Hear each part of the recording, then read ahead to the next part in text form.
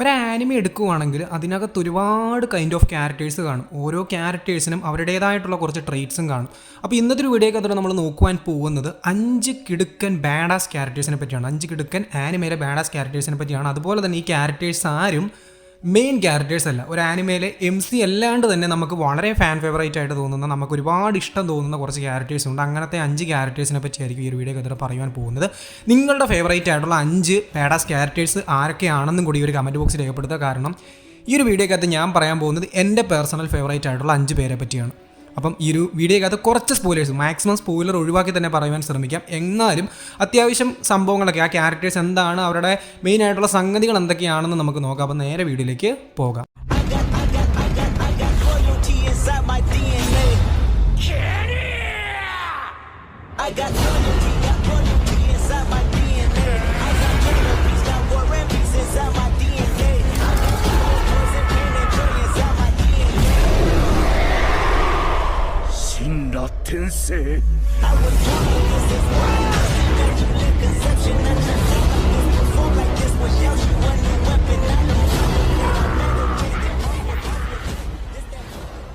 Number 1 Yami.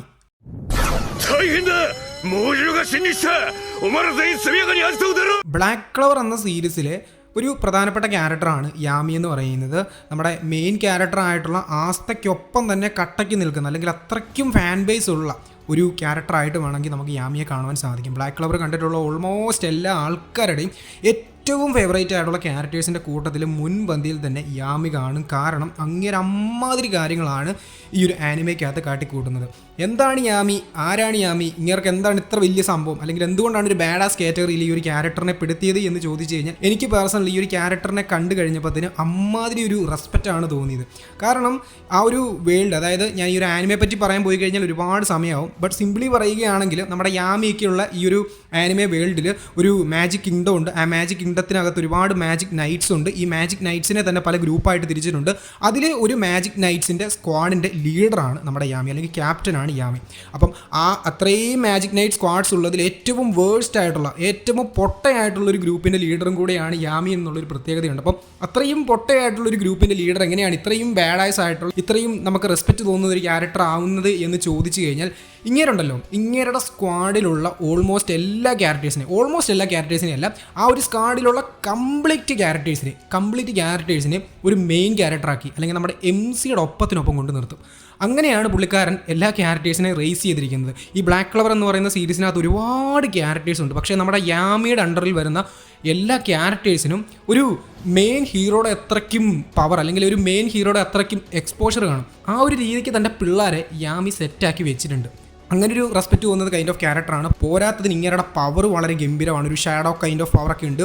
അതൊക്കെ വേറെ ലെവലാണ്. ഇതൊന്നും പോരാഞ്ഞിട്ട് ഇദ്ദേഹം മോസ്റ്റ് ഓഫ് ദ ടൈം വളരെ ലേസി ആയിട്ട് കാര്യങ്ങളൊന്നും ചെയ്യാണ്ട്, ഈ ഒരു കാരണം കൊണ്ട് തന്നെയാണ് ഇദ്ദേഹം ഏറ്റവും വേസ്റ്റ് ആയിട്ടുള്ളൊരു സ്ക്വാഡിൻ്റെ ക്യാപ്റ്റനായി മാറിയേക്കുന്നത്. അപ്പോൾ അതുകൊണ്ട് തന്നെ വളരെ ലേസി ആയിട്ടാണ് പുള്ളിക്കാരൻ പോകുന്നത്. പക്ഷേ കാര്യമായി കഴിഞ്ഞാൽ യാമയുടെ വിധം മാറും. ഈ ഒരു ക്യാരക്ടർ വേറെ ലെവലായിട്ട് അങ്ങോട്ട് കയറും. എന്നാ മെയിൻ ക്യാരക്ടർ വന്നെന്ന് പറഞ്ഞാൽ, എന്നാ പവർഫുൾ വില്ലൻ വന്നെന്ന് പറഞ്ഞാലും യാമി അങ്ങോട്ട് കത്തിക്കയറാൻ തുടങ്ങിക്കഴിഞ്ഞാൽ പിന്നെ സീനാണ് മോനെ, വേറെ ലെവലാണ്. അമ്മാതിരി ഒരു ബാഡാസ് ക്യാരക്ടർ. പുള്ളിക്കാരൻ ഒരു സിഗരറ്റൊക്കെ വലിച്ചിട്ട് അങ്ങ് വന്ന് നിന്നാ ഉണ്ടല്ലോ, എൻ്റെ മോനെ എണീറ്റ് നിന്ന് കൈയടിക്കാൻ തോന്നും. അമ്മാതിരി ഐറ്റമാണ് Yami. So black clever series കാണാത്തവർ ആരെങ്കിലുമൊക്കെ ഉണ്ടെങ്കിൽ ഈ ഒരു ബാഡാസ് ക്യാരക്ടറിനെ കാണാൻ വേണ്ടി മാത്രമായിട്ട് ട്രൈ ചെയ്യാം. ഈ പാർട്ടിൽ മെയിൽ ബാഡാസ് ക്യാരക്ടേഴ്സിനെ പറ്റിയായിരിക്കും മെൻഷൻ ചെയ്യുക എന്ന് പ്രത്യേകം അറിയിക്കുന്നു. രണ്ടാമത്തെ ക്യാരക്ടർ ലീവൈ ആക്രമാനാണ്. ലീവൈ ആക്രമാനെ പറ്റി ഞാൻ പ്രത്യേകം പറഞ്ഞിട്ട് നിങ്ങൾ അറിയേണ്ട കാര്യമില്ല. കാരണം ഇതുപോലൊരെണ്ണം ഒന്നേ കാണത്തുള്ളൂ എന്ന് വേണമെങ്കിൽ പറയാൻ പറ്റും. ഒരുപാട് ബാഡാസ് ക്യാരക്ടേഴ്സ് കാണും, ഒരുപാട് വെറൈറ്റി ഓഫ് ട്രെയ്റ്റ്സ് ഉള്ള ക്യാരക്ടേഴ്സ് കാണും. പക്ഷേ ലീവയുടെ ആ ഒരു ലെവൽ, അല്ലെങ്കിൽ ലീവയുടെ ആ ഒരു മൊത്തത്തിലുള്ള ആറ്റിറ്റ്യൂഡ് എന്ന് തന്നെ പറയുന്നത് വളരെ വെറൈറ്റിയാണ്. വളരെ കോൾഡസ്റ്റ് ആയിട്ടുള്ളൊരു ക്യാരക്ടറാണ്. അതുപോലെ തന്നെ റൂത്ത്ലെസ് ആയിട്ട് എന്ത് കാര്യങ്ങൾ വേണമെങ്കിലും, അതായത് മറ്റുള്ള ആൾക്കാരുടെ ഇമോഷൻസ് അധികം അങ്ങോട്ട് നോക്കാണ്ട് ചെയ്യേണ്ട കാര്യം തൻ്റെ സ്ഥാനത്ത് നിന്ന്, തൻ്റെ റോളിൽ നിന്നുകൊണ്ട് വേറെ ലെവലായിട്ട് ചെയ്തു പോകുന്ന one of the most favourite ക്യാരക്ടേഴ്സിൽ ഒരാളാണ് ലീവൈ ആക്രമാൻ എന്ന് പറയുന്നത്. പുള്ളിക്കാരൻ അങ്ങോട്ട് തൻ്റെ ആ ഒരു കിറ്റും എടുത്തുകൊണ്ട് അങ്ങ് ഇറങ്ങിക്കഴിഞ്ഞാൽ, അല്ലെങ്കിൽ തൻ്റെ വാളടക്കമുള്ള സാധനങ്ങളൊക്കെ എടുത്തുകൊണ്ട് അങ്ങോട്ട് ഇറങ്ങിക്കഴിഞ്ഞാൽ പിന്നെ ടൈറ്റൻസ് തുടങ്ങി, മനുഷ്യന്മാർ തുടങ്ങി, എല്ലാത്തിൻ്റെ കാര്യം കട്ടപ്പുകയായിരിക്കും. അത്രയും വലിയ മാനിറ്റേഴ്സ് ആയിട്ടുള്ള ടൈറ്റൻസും അതുപോലെ തന്നെ പല പ്രത്യേക കൈൻഡ് ഓഫ് പവേഴ്സ് ഉള്ള ടൈറ്റൻസും ഒക്കെ ഉള്ള ആ ഒരു വേൾഡിൽ പുള്ളി അങ്ങോട്ട് ഇറങ്ങി ചെന്ന് കഴിഞ്ഞാൽ പിന്നെ പറഞ്ഞിട്ട് കാര്യമില്ല. ഓൾമോസ്റ്റ് എല്ലാ ഹ്യൂമൻസും പേടിക്കുന്നത് ടൈറ്റൻസിനെ ആണെങ്കിൽ ടൈറ്റൻസ് എല്ലാവരും കട്ടയ്ക്ക് പേടിക്കുന്നത് ഈ ഒരു ലീവൈ ആക്രമേനെ ആയിരിക്കും. ആൾ പുറത്തോട്ട് ഇറങ്ങിയിട്ട് തൻ്റെ വാളെടുത്തിട്ട് ഒരു ഒറ്റ കറക്കം അങ്ങോട്ട് കറങ്ങി വന്നു കഴിഞ്ഞാൽ പിന്നെ എൻ്റെ മോനെ ടൈറ്റൻ അല്ല എന്ത് മാങ്ങാണ്ടിയാണെന്ന് പറഞ്ഞാലും പൂട്ടി പോലും കാണത്തില്ല. അമ്മാതിരി ലെവൽ ക്യാരക്ടറാണ്. പോരാത്തതിന് പുള്ളിക്കാരൻ്റെ മൊത്തത്തിലുള്ള ആറ്റിറ്റ്യൂഡും വെറൈറ്റിയാണ്. അതായത് തൻ്റെ ചുറ്റുമുള്ള കാര്യങ്ങളൊക്കെ വളരെ നീറ്റായിട്ട് വെക്കണം. അതുപോലെ തന്നെ തൻ്റെ കൂടെയുള്ള ആൾക്കാരുടെ അടുത്തു നിന്ന് അത്രയ്ക്കും റെസ്പെക്റ്റ് വേണം. വളരെ നല്ലൊരു ക്യാപ്റ്റനാണ്. എല്ലാ കാര്യങ്ങളും നല്ല രീതിക്ക് മുൻപോട്ട് കൊണ്ടുപോകാൻ സാധിക്കും. അതുപോലെ തന്നെ അറ്റാക്ക് ഓൺ ടൈറ്റൻ ആനിമയുടെ ക്ലൈമാക്സ് ഭാഗങ്ങളിലേക്കൊക്കെ വരുമ്പോഴത്തേന് ലീവയുടെ ക്യാരക്ടർ തന്നെ എത്രത്തോളം മാറുന്നുണ്ട്, ആ ഒരു ക്യാരക്ടറിൻ്റെ സ്വഭാവം എത്രത്തോളം ഇമ്പ്രൂവ് ആവുന്നുണ്ട് എന്നൊക്കെ നമുക്ക് കാണുവാൻ സാധിക്കും. പക്ഷേ എന്തൊക്കെയാണെങ്കിലും ആ ഒരു ക്യാരക്ടറിൽ ഒരു ക്യാരക്ടർ ഡെവലപ്മെൻറ്റ് പതി ഉണ്ടാവുന്നുണ്ടെങ്കിൽ കൂടെ ഇന്ത്യൻ പുള്ളിക്കാരൻ എങ്ങനെയാണോ, അതായത് ഏറ്റവും തുടക്കത്തിൽ കണ്ട ലീവൈ ആക്രമാൻ എങ്ങനെയാണോ ആ ഒരു ലീവൈ ആക്രമാൻ തന്നെയാണ് ഏറ്റവും അവസാനമുള്ളത്. ബാഡാസ്, ടോട്ടൽ ബാഡാസ്. പിന്നെ ഏറ്റവും ക്ലൈമാക്സ് ആകുമ്പോഴത്തേനാണ് ആ ഒരു ക്യാരക്ടർ, അതായത് നമുക്ക് അറ്റാക്ക് ഓൺ ടൈറ്റൻ്റെ ഏറ്റവും ക്ലൈമാക്സിൽ ആ ഒരു ക്യാരക്ടർ എത്രത്തോളം ചേഞ്ച് ആയിട്ട് എന്തായി മാറും നമ്മൾ കാണുന്നുണ്ട്. പക്ഷേ എന്തൊക്കെയാണെങ്കിലും കാര്യത്തോടെ എടുത്തു കഴിഞ്ഞാൽ പുള്ളിക്കാരൻ്റെ അത്രയും കോൾഡസ്റ്റ് ആയിട്ടുള്ള ഒരു ക്യാരക്ടറിനെ കണ്ടുപിടിക്കാൻ ഭയങ്കര പാടായിരിക്കും. അമ്മാതിരി ഐറ്റം, ഒരു വെറൈറ്റി കൈൻഡ് ഓഫ് ഐറ്റമാണ്. ഇതുപോലെ ഒന്നേ കാണത്തുള്ളൂ.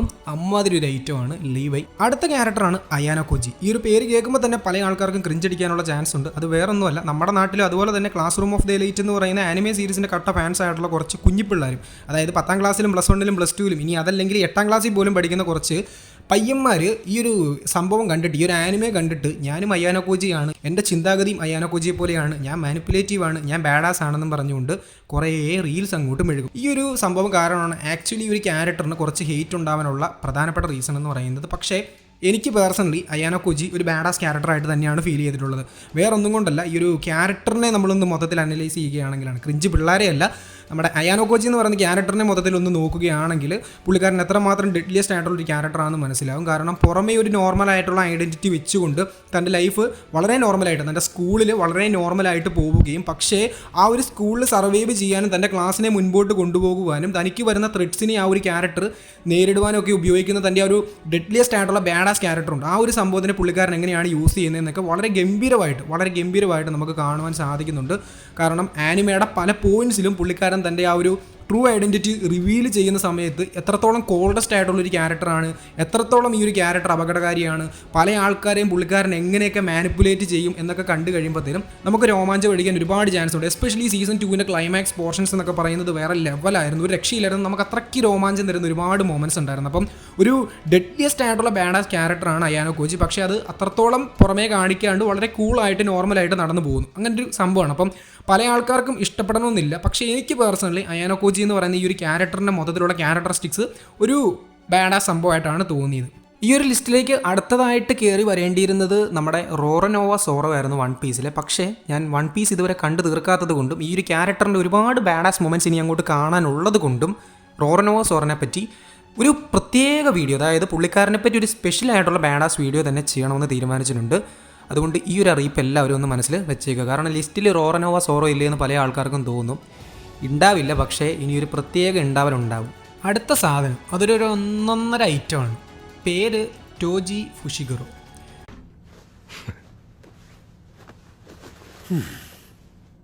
ടോജി ഫുഷിഗുറോ എന്ന് പറയുന്ന ക്യാരക്ടർ നമ്മുടെ ജുജുത്സു കൈസൻ്റെ 2nd സീസണിൽ വരുന്നൊരു ഐറ്റമാണ്. ഇങ്ങനെ ജുജുത്സു കൈസൻ്റെ 2nd സീസണിൻ്റെ തുടക്കത്തിൽ കുറച്ച് എപ്പിസോഡ്സിൽ വരുന്നുണ്ട്. അതുപോലെ തന്നെ ഇടയ്ക്കായിട്ടും കുറച്ച് എപ്പിസോഡ്സിലൊക്കെ വരുന്നുണ്ട്. വളരെ ചുരുക്കം കുറച്ച് എപ്പിസോഡ്സിൽ മാത്രം നമുക്ക് കാണാൻ പറ്റുന്ന ഒരു റെയർ ആയിട്ടുള്ള ക്യാരക്ടറാണ് ടോജി ഫുഷിഗുറോ എന്ന് പറയുന്നത്. പക്ഷേ ഈ ഒരു ക്യാരക്ടറുടെ ഫാൻ ബേസും അതുപോലെ തന്നെ ഈ ക്യാരക്ടർ കാട്ടിക്കൂട്ടുന്ന സംഭവങ്ങളും എൻ്റെ മോനെ എന്ത് ജാതി ഐറ്റമാണെന്നറിയോ. നമുക്ക് ഇങ്ങേരങ്ങോട്ട് സ്ക്രീനിൽ വന്ന് നിന്ന് കഴിഞ്ഞാൽ തന്നെ ഒരു ജാതി ഫീലാണ്. അത് വില്ലൻ സൈഡിലായിരിക്കും ഈ ഒരു ക്യാരക്ടർ നമുക്ക് തുടക്കത്തിൽ കാണുവാൻ സാധിക്കുന്നത്. എന്നിട്ട് പോലും എൻ്റെ മോനെ എന്ത് ജാതി ബാഡാസ് ഐറ്റം എന്ന് നമുക്ക് തോന്നിപ്പോകും. നമ്മുടെ ഗോജോ സത്തൂറിനെ പോലും ഒന്ന് വെറുപ്പിക്കാൻ സാധിച്ച, ഒരേ സമയം ഗോജോയെയും ഗത്തോയെയും ഒക്കെ പിടിച്ചടക്കാൻ പറ്റിയൊരു ക്യാരക്ടറാണ് ഈ ഒരു ടോജി എന്ന് കേൾക്കുമ്പോൾ തന്നെ നിങ്ങൾക്ക് മനസ്സിലാവും പുള്ളിയുടെ ലെവൽ എന്താണെന്ന്. ഇതൊന്നും പോരാഞ്ഞിട്ട് പുള്ളിക്കാരന് കർസഡ് എനർജിയെ മാനിപ്പുലേറ്റ് ചെയ്യാനോ അല്ലെങ്കിൽ കർസഡ് എനർജിയെ യൂസ് ചെയ്യാനുള്ള പവേഴ്സ് ഒന്നും ഇല്ല. അത്തരത്തിലുള്ളൊരു കൈൻഡ് ഓഫ് ക്യാരക്ടറാണ്. അപ്പോൾ അങ്ങനൊരു ക്യാരക്ടർ ഒരു സ്പെഷ്യൽ ഗ്രേഡ് ലെവലിൽ വന്നിട്ട് ഇത്രയും ലെവൽ ഓഫ് പവറുള്ള ആൾക്കാരെയൊക്കെ നേരിടണം എന്ന് പറഞ്ഞു കഴിഞ്ഞാൽ എന്ത് ലെവലായിരിക്കും ഒന്ന് ചിന്തിച്ച് നോക്കുക. ഇതൊന്നും പോരാഞ്ഞിട്ട് 2nd സീസണിൻ്റെ അവസാന ഭാഗത്തോടൊക്കെ അടുക്കാറാകുമ്പോഴത്തേന് ഇങ്ങനൊരു വരവങ്ങോട്ട് വരും. എൻ്റെ പൊന്നു രോമാഞ്ചം എന്നൊക്കെ പറഞ്ഞാൽ ഉണ്ടല്ലോ, രോമം എണീറ്റ് നിന്നിട്ട് കണ്ണ സ്റ്റൈൽ കളിക്കും. അമ്മ അതിൻ്റെ ലെവൽ ഓഫ് ഒരു വരവുണ്ട്. അമ്മ അതിലൊരു ബാഡാസ് ക്യാരക്ടറാണ്. കാരണം പുള്ളിക്കാരൻ അങ്ങോട്ട് വന്നിട്ട് ചില ഫൈറ്റിനകത്തോട്ടങ്ങ് കയറും. എൻ്റെ മോനെ, ഒരു പർട്ടിക്കുലർ കൈൻഡ് ഓഫ് ഷോട്ട് ഉണ്ട്. ഇതൊരു സ്പോയിലർ ആയിരിക്കാം, പക്ഷേ എനിക്കിത് പറയാണ്ട് വയ്യ. സെക്കൻഡ് സീസണിൻ്റെ അവസാന ഭാഗത്തോടൊക്കെ എടുക്കുമ്പോഴത്തേനും ഒരു ഷോട്ടുണ്ട്. അതായത് കുറച്ച് ആളുകൾ ഒരു സ്ഥലത്ത് നിന്ന് രക്ഷപ്പെടാൻ വേണ്ടി, ഒരു ഡൊമൈനിൽ നിന്ന് രക്ഷപ്പെടാൻ വേണ്ടി ഒരു പാത്വേ ഉണ്ടാക്കുകയാണ്. ആ ഒരു പാത്വേന്ന് ഒരാൾക്ക് മാത്രമേ പോകുവാൻ സാധിക്കത്തുള്ളൂ. അപ്പം അങ്ങനെ പോകാൻ ഒരാൾ ശ്രമിക്കുന്ന സമയത്ത് ഈ ടോജി അങ്ങോട്ടേക്ക് കയറി വരുന്നുണ്ട്. അതായത് ഈ ഒരു ഡൊമൈനിൽ നിന്ന് ഇവരെല്ലാം രക്ഷപ്പെടാൻ ശ്രമിക്കുന്നതിൻ്റെ പ്രധാനപ്പെട്ട കാരണം എന്ന് പറയുന്നത് അവിടെ വലിയൊരു മോൺസ്റ്റർ ഉണ്ട്, അല്ലെങ്കിൽ അവിടെ ഒരു വലിയ കർസഡ് എനർജി ഉള്ള ഒരു വലിയ മോൺസ്റ്റർ ഉണ്ട്. ആ ഒരു മോൺസ്റ്ററിനെ കൊല്ലുക എന്ന് പറഞ്ഞാൽ നടക്കത്തില്ല എന്ന് മനസ്സിലായതുകൊണ്ട് അവരെങ്ങനെയെങ്കിലും രക്ഷപ്പെടാൻ വേണ്ടിയാണ് നോക്കുന്നത്. പക്ഷേ ആ ഒരു പാത്തിനകത്തോട് ഒരാൾക്കേ പോകുവാൻ സാധിക്കത്തുള്ളൂ. അങ്ങനെ പോകാൻ ശ്രമിക്കുന്ന സമയത്തേക്ക് ടോജി ആ ഒരു വഴി അങ്ങോട്ട് കയറി വരികയാണ്. സാധാരണ എല്ലാവരും രക്ഷപ്പെടാൻ ശ്രമിക്കുന്ന സമയത്ത് പുള്ളിക്കാരൻ ആ പാത്തിലൂടെ കയറി വരുന്നു. എന്നിട്ട് ഈ മോൺസ്റ്ററിനായിട്ട് അങ്ങോട്ട് കൊടുക്കുന്നൊരു കൊടുപ്പുണ്ട്. എൻ്റെ മോനെ, നമ്മളിങ്ങനെ താടിക്ക് കയ്യും വെച്ചിങ്ങനെ ഇരിക്കും. എന്താ ഇപ്പോൾ ഉണ്ടായേ?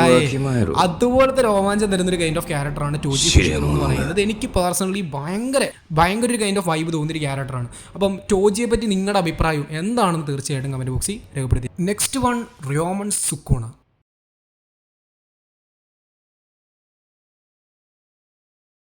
രോമൻ സുക്കോണ എന്ന് പറയുന്നത് നമ്മുടെ ജുജുത്സു കൈസനിലെ തന്നെ ഒരു മെയിൻ ക്യാരക്ടർ, അല്ലെങ്കിൽ ഒരു മെയിൻ വില്ലനായിട്ട് നമുക്ക് പറയാൻ സാധിക്കും. സീരീസിൻ്റെ മെയിൻ ക്യാരക്ടറായിട്ടുള്ള യൂജി ഇറ്റാഡോരിയുടെ ബോഡിയിൽ കയറിയിരിക്കുന്ന ഒരു കഴ്സാണ് ഈ ഒരു ക്യാരക്ടർ. അപ്പോൾ പുള്ളിക്കാരൻ ആക്ച്വലി ഒരു വില്ലനാണ്. പുള്ളിക്കാരൻ ഒരുപാട് എപ്പിസോഡ്സിലൊന്നും വരാറില്ല, വല്ലപ്പോഴൊക്കെ വരും. സീസൺ 1 ഇടയ്ക്കൊന്ന് വരും, സീസൺ 2 ഇടയ്ക്കൊന്ന് വരും. പക്ഷേ പുള്ളിക്കാരൻ വന്ന് പോകുന്ന ആ ഒരു സംഭവം ഉണ്ടല്ലോ, വന്ന് പോയി കഴിഞ്ഞിട്ടുള്ളൊരു സമയമുണ്ടല്ലോ, അത് കെയോസ് ആയിരിക്കും. അമ്മാതിരി ഐറ്റമാണ്. അതായത് വില്ലൻ പ്ലസ് ബാഡാസ് എന്നൊക്കെ പറയുന്നത്, കോൾഡസ്റ്റ് ആയിട്ടുള്ള വില്ലൻ പ്ലസ് ബാഡാസ് എന്നൊക്കെ പറഞ്ഞു കഴിഞ്ഞാൽ അതിന് പറ്റിയൊരു ഉത്തമ ഉദാഹരണമാണ് ഈ ഒരു സുക്കോണ എന്ന് പറയുന്ന ക്യാരക്ടർ. പുള്ളിക്കാരൻ ഒരു 1000 വർഷങ്ങൾക്ക് മുന്നേ ഉള്ള വളരെ പവർഫുൾ ആയിട്ടുള്ള, ഏറ്റവും പവർഫുൾ ആയിട്ടുള്ള ഒരു സോർസറാണ്, ഒരു ജുജുത്സു സോർസറാണ്. അപ്പോൾ ആ ഒരു ക്യാരക്ടർ ഇപ്പോൾ കുറച്ച് വീക്കാണ്. കാരണം പുള്ളിക്കാരന് ഒരു 20 ഫിംഗേഴ്സ് എങ്ങാണ്ടുണ്ട്. ആ ഒരു ഫിംഗേഴ്സ് എല്ലാം കഴിച്ച് കഴിഞ്ഞാൽ പുള്ളിക്കാരന് മൊത്തത്തിലുള്ള പവർ കിട്ടത്തുള്ളൂ. അപ്പം പുള്ളിക്കാരൻ യൂജി ഇറ്റാഡോരി എന്ന് പറയുന്ന ഒരു ഹോസ്റ്റിൻ്റെ ആ ഒരു ബോഡിയിലാണ് കയറിയിരിക്കുന്നത്. അപ്പോൾ ആ ഒരു ബോഡി, ഈ ഒരു വിരലുകൾ ഇങ്ങനെ കഴിച്ചാലേ പുള്ളിക്കാരന് പവർ കിട്ടത്തുള്ളൂ. അപ്പോൾ സീസൺ 1 ഒരുപാട് വിരലൊന്നും കഴിക്കത്തില്ല. പക്ഷേ സീസൺ 2 ആകുമ്പോഴത്തേനും പുള്ളിക്കാരന് കുറച്ച് വിരലൊക്കെ കിട്ടും. ഈ വിരലൊക്കെ കിട്ടിക്കഴിഞ്ഞ് പുള്ളിക്കാരൻ അങ്ങോട്ട് മാറും. സീസൺ 2 ഒരു പർട്ടിക്കുലർ പോയിന്റിൽ പുള്ളിക്കാരൻ അങ്ങോട്ട് വന്നിട്ട് എൻ്റെ പൊന്നു മോനെ, ചില സീൻസൊക്കെ ഉണ്ട്, നമ്മളിങ്ങനെ കിളി മാറിയിരിക്കും. ഒരു പർട്ടിക്കുലർ ഷോട്ടുണ്ട്, ഭയങ്കര വലിയൊരു ഫൈറ്റ് നടക്കുകയാണ്, ബ്രഹ്മാണ്ഡ ഫൈറ്റ് നടന്നുകൊണ്ടിരിക്കുകയാണ് പുള്ളിക്കാരനും വേറൊരു സംഭവം തമ്മിൽ. പക്ഷേ ഈ ഒരു ഫൈറ്റിനിടയ്ക്ക് വലിയൊരു ഡിസ്ട്രക്ഷൻ ഉണ്ടായിട്ട് ഒരുപാട് സംഭവങ്ങൾ, അതായത് ബോംബ് പൊട്ടിയിട്ട് ആകാശത്തു നിന്ന് മറ്റേ ഉൽക്കയൊക്കെ വരുന്ന പോലെ ഒരു സാധനം വന്നുകൊണ്ടിരിക്കുകയാണ്. അതിപ്പോൾ വന്ന് ഭൂമിയിൽ വീഴും. അപ്പോൾ ഇതിൻ്റെ താഴെയായിട്ട് അവിടെ ഫൈറ്റ് ചെയ്തുകൊണ്ടിരിക്കുന്ന വേറെ കുറച്ച് ആൾക്കാരുമുണ്ട്, കുറച്ച് ജുജുത്സു സോർസറന്മാരൊക്കെ താഴെ നിൽപ്പുണ്ട്. അപ്പോൾ ഇവന്മാർ ഇത് വരുന്ന കണ്ടിട്ട് ഓടി രക്ഷപ്പെടാൻ വേണ്ടി നോക്കുമ്പോഴത്തേന് ഇതിൻ്റെ എല്ലാത്തിൻ്റെ നടുക്കൂട്ട് വന്നിട്ട് ഈ സുക്കോണ വന്ന ഒറ്റ നിന്നിട്ട് പുള്ളിക്കാരൻ പറയും, ഇവിടെ നിന്ന് ഒറ്റ ഒരുത്തൻ അനങ്ങിക്കഴിഞ്ഞാൽ എല്ലാത്തിനും ഞാൻ സ്പോട്ടിൽ തട്ടും, ഇവിടെ എല്ലാവരും നിൽക്കണം, ഞാൻ എപ്പോൾ പോകാൻ പറയുന്നു അപ്പം നിനക്കെല്ലാം പോകാമെന്ന് പറയും. എന്നിട്ട് ഈ എല്ലാവരും, അതായത് അവിടെയുള്ള കംപ്ലീറ്റ് ആൾക്കാരും പേടിച്ച് നിൽക്കുകയാണ്. വേണമെങ്കിൽ പുള്ളിക്കാരനായിട്ട് ഫൈറ്റ് ചെയ്യും, പക്ഷേ ഇവർക്കെല്ലാം അറിയാം തൊടാൻ പോയി കഴിഞ്ഞാൽ കാര്യം പോക്കാണ്. ആ ഒരു സാധനം തലയെ വന്ന് വീണാലും, അതായത് ആ വരാൻ പോകുന്ന ഉൽക്ക വന്ന് തലയെ വീണാലും ഇവനായിട്ട് ഫൈറ്റ് ഉണ്ടാക്കത്തില്ല എന്നും പറഞ്ഞിട്ട് എല്ലാവരും അനങ്ങാണ്ട് സ്റ്റാച്യു ആയിട്ട് നിൽക്കുകയാണ്. എന്നിട്ട് ഈ സാധനം ഇപ്പോൾ വീഴത്തില്ല എന്ന് പറയുന്ന ഒരു മൊമെൻ്റ് ആകുമ്പോഴത്തേനും സുക്കോണ കൈ അടിച്ചിട്ട് പോകാൻ വേണ്ടി പറയുകയാണ്. അപ്പോൾ എല്ലാ സ്പോട്ടിൽ നിന്ന് ഒറ്റ പോക്കാണ്. എന്നിട്ട് പുള്ളിക്കാരൻ ചിരിച്ചുകൊണ്ടിരുന്ന് നിൽപ്പുണ്ട്. എൻ്റെ മോനെ, എന്ത് ജാതി ലെവൽ ക്യാരക്ടറാണെന്നറിയോ. എന്നിട്ട് പുള്ളിക്കാരൻ വന്ന് പോയതിന് ശേഷം അവിടെ ഉണ്ടാകുന്ന ക്യാവസ് കണ്ടു കഴിഞ്ഞാൽ നമുക്ക് മനസ്സിലാകും ഇത് എന്ത് ജാതി ഐറ്റമാണെന്ന്.